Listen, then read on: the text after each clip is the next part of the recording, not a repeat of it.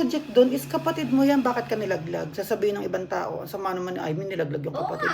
Ibig sabihin nun, mabuti si Amy, mas pinili niya ng wag kampihan ng mali at binulgar niya sa taong bayan.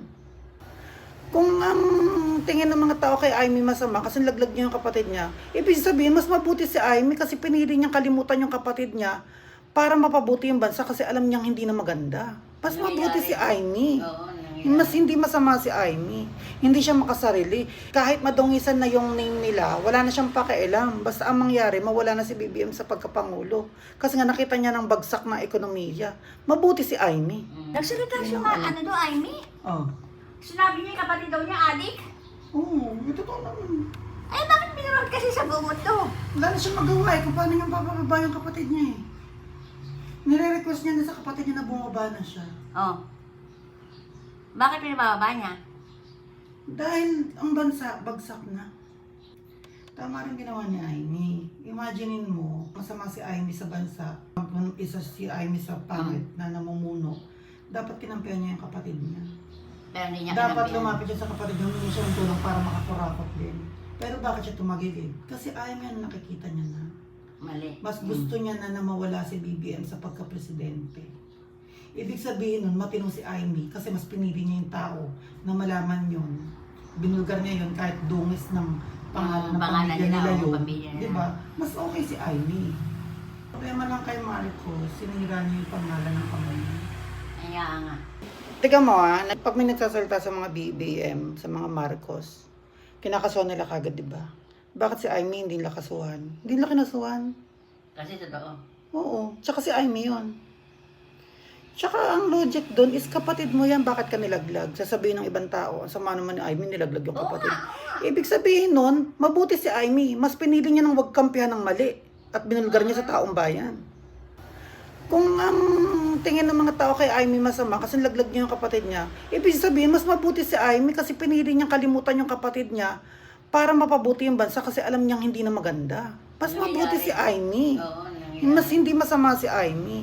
Hindi siya makasarili. Kahit madungisan na yung name nila, wala na siyang pakialam. Basta ang mangyari, mawala na si BBM sa pagkapangulo. Kasi nga nakita niya ng bagsak na ekonomiya. Mabuti si Amy. Yun ang ano doon, logic. Dami nagagalit kay Amy, bakit daw si Marcos ginanan daw? Hindi, tama yun. Tapos Nakakabilib si Amy. Maraming nag-ano kay Amy. Ang mga nagsasabi na si Amy daw masama, yun yung mga ayaw maupo si Sara. Ang mga nagsasabi naman na si Amy magaling yung ginawa, yun yung mga totoong para sa bansa. Yung mga nagsasabi na grabe naman si Amy, sama naman ni Amy, ginanon yung kapatid niya, ganyan-ganyan. Kasi ayaw nilang mawala si BBM sa pagkapangulo. Oo. Walang taong Si Sarah, mabait daw yan sa personal. Walang taong magsasabi na masama si Amy sa ginawa niya sa kapatid niya sa pagbubulgar. Kung yung taong yon pabor sa bansa. Pero once na pabor ka kay BBM, ang sasabihin mo masama si Amy. Ganon. Si maganda rin si Sarah daw, napakabait. Si Sarah, tiwala ako doon. Kasi imaginein mo si Sarah, hindi naman talaga magnanakaw, ginagamit na lang sa kanya yan eh. Kasi yung mga taong nagsabi na magnanakaw siya, ginawan siya ng aksyon, yung hinilot talaga yung mga kongreso para kasuhan siya, para ma-impeach. Sila yung mga may kaso ngayon. Ano mo ba si Sarah? Amo ng apo ko yan, napakabait daw. Mukha naman mabait talaga Hindi siya. raw hindi raw siya yung sa mga tao, yung napabusga ba doon. Hindi raw siya doon. Ay, sabi ko, ba't niya kami na Sarah? Mabait daw si Sarah, sabi ni Janine. Ang tagal naging amo ng apo ko yan. Ang bait daw. Kahapon nga nag-uusap kami dun sa pinagbilang ko niyang warmer. Sabi ko, grabe ginawa nila kay Sarah. Hinilot-hilot nyo para tulungan kayo sa eleksyon. Nung pumabor sa inyo, pinagtulong-tulungan nyo, sinabihan nyo magnanakaw. Tapos kayo ngayon may kaso, ngayon magnanakaw, kayo pa rin magnanakaw. Sabi ko, kung ako si Sarah, anong pakiramdam ko noon? Pinagtulong-tulungan nyo ako para mawala sa Diba? Kung mahina ako, ay baka malakas kasi si Sarah. Ginanon mo. Tapos, yung tatay nyo, ni BBM, katangit-tanging si Duterte ang nagpa-libing sa libingan ng mga bayani. Pagkalibing, pinakulong nyo. Ano pakiramdam ni Sarah ngayon, di ba? Lahat ng ginawa nyo. Kaya Grabe ginawa nila kay Sarah.